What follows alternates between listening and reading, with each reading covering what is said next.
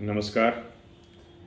मैं doctor V के बहुगुणा आपके सम्मुख आज फिर से प्रस्तुत हुआ हूँ। उत्तराखंड रक्षा मोर्चा की छठी एपिसोड में। और हम इन वीडियो के माध्यम से अपनी पार्टी का जो उद्देश्य है उत्तराखंड में इसको स्थापित करने का एक ऐसे क्षेत्रीय दल जिसमें कि ईमानदार लोग और जिनके पास सोची समझी रणनीति है इस राज्य की समस्याओं को हल करने के लिए, आज हम फिर आपके सामने एक और कुछ मुद्दों पे बात करेंगे। आज के जो मुद्दे हैं उसमें सर्वप्रथम मैं किसानों के विषय में बात करूंगा कि इस देश में अन्न देवता हमारे जो किसान भाई हैं उनके साथ इतनी समस्याएं हैं कि अभी आपने देखा कि एक साल तक जो भारत सरकार ने जो 3 नियम बनाए थे, 3 एक्ट बनाए थे, उनके खिलाफ अल्टीमेटली उनको वापस लेना पड़ा। और उसका कारण ये रहा है कि उन एक्टों में, उन अधिनियमों में कोई ऐसी बात नहीं थी, वो फार्मर के ही फेवर के थे। लेकिन उसमें जिस ढंग से वो उनको किया गया, जिस ढंग से पारित किया गया रश में, तो आजकल क्या है, कोई भी अगर का आप अच्छा काम करते हैं, अगर जनता में उसकी अच्छी ढंग से चर्चा नहीं होती है, क्योंकि बहुत सारे लोग जो है किसानों को बरगलाने में लगे रहते हैं, आड़ती हैं, मिडिल मैन हैं, यही सबसे ज़्यादा किसानों को चूस रहे हैं। और सबसे बड़ी बात यह है कि हमारे देश में कृषि भूमि जो है हर समय, हर जनरेशन में बढ़ती चली जा रही है। आज की डेट में 85% जो है वो हमारे जो किसान भाई हैं वो छोटे और मार्जिनल और छोटे छोटे किसान हैं जिनके पास 2 एकड़ से कम ज़मीन है। और उत्तराखंड में भी किसानों के लिए एक ऐसी समुचित नीति बनाने की ज़रूरत है कि उनको जो भी खेती वो कर रहे हैं उसको उनको इतनी आमदनी होनी चाहिए कि वो एक अच्छे खुशहाल जीवन जी सकें और हम लोगों के लिए भी अन्न जो है पैदा कर सकें। तो हमारी पार्टी का ये उद्देश्य है कि हम किसान भाइयों के लिए एक समुचित ऐसी नीति बनाएंगे जिसमें कि उनकी आय इस तरह से होगी कि उनको कहीं किसी का दूसरे का मुंह नहीं देखना पड़ेगा। किसानों को चाहिए उच्च दर्जे की टेक्निक, उनको चाहिए इनपुट्स और उनको चाहिए मार्केटिंग लिंकेजेस, और उसमें इन्वेस्टमेंट भी आना चाहिए। और आज देश में इस चीज़ की बहुत ज़रूरत है कि किस तरह से हम पहाड़ों में खेती को बढ़ावा दें, किस चीज़ को बढ़ावा दें। ये नेसेसरी नहीं है कि आप केवल हर जगह धान और गेहूँ ही उगाएं।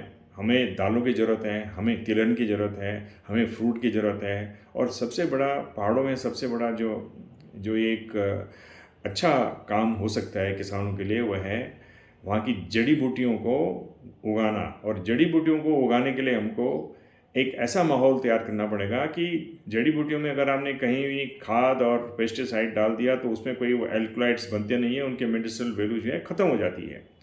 तो एक तो मेडिसिनल प्लांट के ऊपर रिसर्च करके आपको किसानों को उसमें सहभागी बनाना पड़ेगा, उनके साथ मिल करके बैठ करके क्या करना है। दूसरी जो सबसे बड़ी जिसका स्कोप है पहाड़ों में, वह है एनिमल हस्बेंड्री। आप देखिए, इस देश में गाय को पूजा जाता है, गाय को हम माता मानते हैं, लेकिन क्या हमने संविधान में जो गाय के प्रोटेक्शन और गाय की सुरक्षा के लिए जो प्राविधान है, क्या उसकी ग्राउंड में क्या रियलिटी है?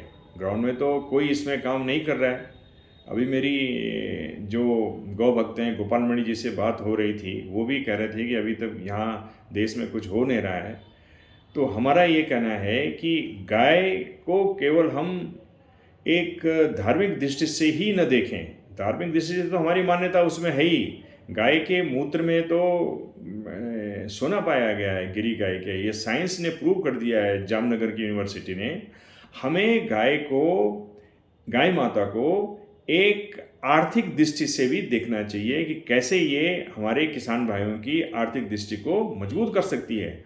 आप देखिए, जिस किसी राज्य में, जिस किसी जगह में जहाँ पर की खेती कम होती है, वहाँ पर लोग दूध का व्यवसाय करते हैं, गाय को पालते हैं, भैंसों को पालते हैं और गाय का करते हैं। तो हमारे पहाड़ों में एनिमल हस्बेंड्री का एक ज़बरदस्त स्कोप है। तो हमारे जो किसान भाई हैं इनकी आय को दुगना करने का, जो कि आजकल एक बड़ा अच्छा वो चला है, दुगनी आय उनकी उतनी बराबर तो हो जाए सबसे पहले कि जितना वो खर्च कर रहे हैं। तो उसके लिए हमारा किसानों के ऊपर जो है सबसे ज़्यादा जोर रहेगा कि कैसे किसान भाइयों को क्रॉप डाइवर्सिफिकेशन है, कैसे एनिमल हस्बेंड्री को आगे बढ़ाया जाए, क्योंकि एनिमल हस्बेंड्री जो है आज देश में 25 से 30% की एग्रीकल्चर की प्रोडक्टिविटी में उनका योगदान है, जबकि उसको हम 45% अगर ले जाते हैं, और पहाड़ों में इसका समुचित बहुत अच्छा स्कोप है। तो एक तो आज हम किसानों के विषय में ये आपसे बात करना चाह रहे थे, और दूसरा गौवंश में जो मैंने कहा, गौवंश को हमने किसान भाइयों और उसकी हमारी आर्थिक स्थिति से हमने लिंक किया है। इसके अलावा जो हमारे जो दूसरे मैं पॉइंट आपसे बात करना चाह रहा हूँ वह है कि जो पहाड़ों में जो प्लानिंग प्रोसेस है, आप किसी भी डेवलपमेंट के लिए एक प्लानिंग की ज़रूरत होती है, और राज्य सरकारों में एक प्लानिंग बोर्ड होता है, भारत सरकार में नीति आयोग है, पहले प्लानिंग कमीशन था, उसको नीति आयोग बना दिया। अब राज्य का जो प्लानिंग बोर्ड है वो डिस्ट्रिक्ट लेवल से प्लानिंग होती है, लेकिन देखा यह गया है कि ऊपर से टॉप डाउन प्लानिंग हो रही है, जबकि बॉटम अप होनी चाहिए, नीचे से प्लानिंग होनी चाहिए।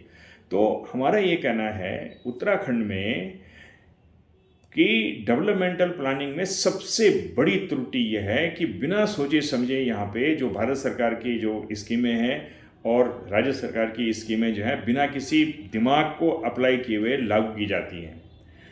सबसे पहले तो आप देखिए, जब भी कोई आप किसी डेवलपमेंट की प्लानिंग करते हैं तो सबसे पहले हमको ये देखना चाहिए कि तुम्हारे पास प्राकृतिक रिसोर्सेज कितने हैं, उसके अलावा उसके साथ उसको आगे चलाने के लिए आपके पास ह्यूमन रिसोर्सेज कितने हैं, श्रम शक्ति कितनी है।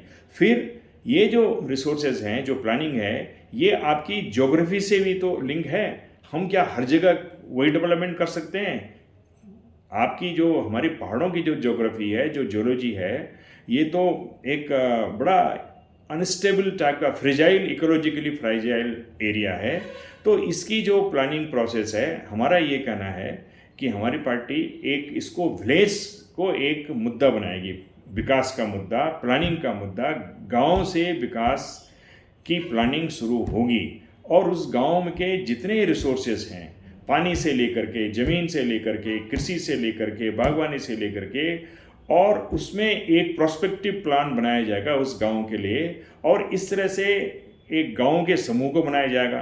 क्योंकि कुछ ऐसी चीज़ें हैं जो कि सीधे गांव के लेवल में इम्प्लीमेंट हो जाएंगी, कुछ ऐसी चीज़ें हैं जो क्लस्टर के रूप में हमको करनी है प्लानिंग। जैसे वाटर सेट की प्लानिंग है, कहीं एजुकेशनल हब की प्लानिंग है, कहीं हमको स्वास्थ्य के विषय में प्लानिंग करनी है, रोजगार के विषय में प्लानिंग करनी है, आपके आर्टिसन के विषय में, जो हमारे जो हैंडीक्राफ्ट के विषय में प्लानिंग करनी है। तो कभी कहीं हमको एक गांव के क्लस्टर बनाने पड़ेंगे।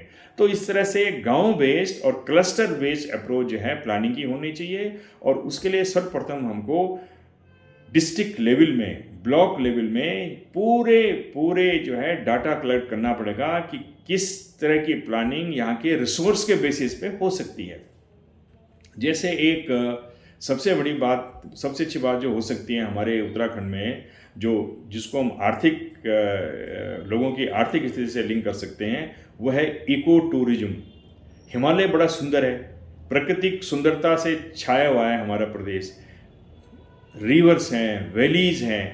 अब उसको कैसे हम उसको बेचें, कैसे उसको एक आय का साधन बनाएं गांव की, उससे क्या है, हमको एक डिसेंट्रलाइज टूरिज्म पॉलिसी बनानी पड़ेगी।